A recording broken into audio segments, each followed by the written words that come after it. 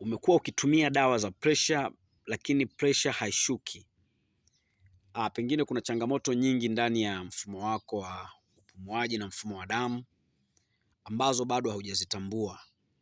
Leo nakusogezea mmea huu wa Tridax procumbens na wengine pia wakiuita Cotibatan au Kilifi.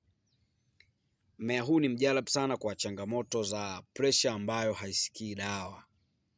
Kama wewe una pressure ambayo inakuwa haisikii dawa, pengine ni kwa sababu kuna changamoto kubwa kwenye mfumo wako wa figo. Sasa mmea huu unakupatia matokeo makubwa sana kama unavyoona maua yake haya. Angalia maua yake ili usiweze kusahau. Mmea huu wa Cotibatan unakupatia matokeo makubwa na ya uhakika sana kwa changamoto yako ya pressure.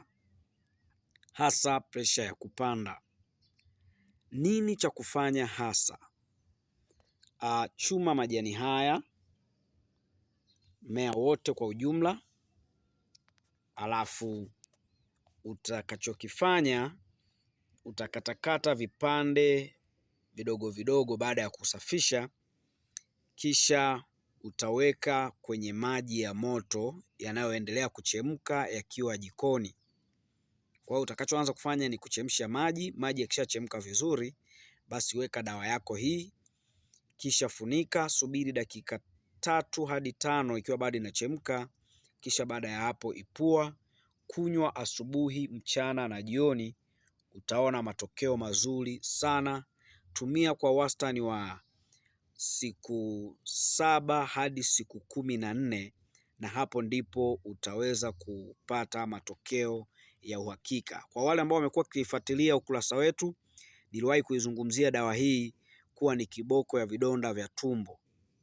Unaweza ukatafuta video hiyo na ukaona, unaweza ukatumia na utapata majibu mazuri sana, afya yako itaimarika.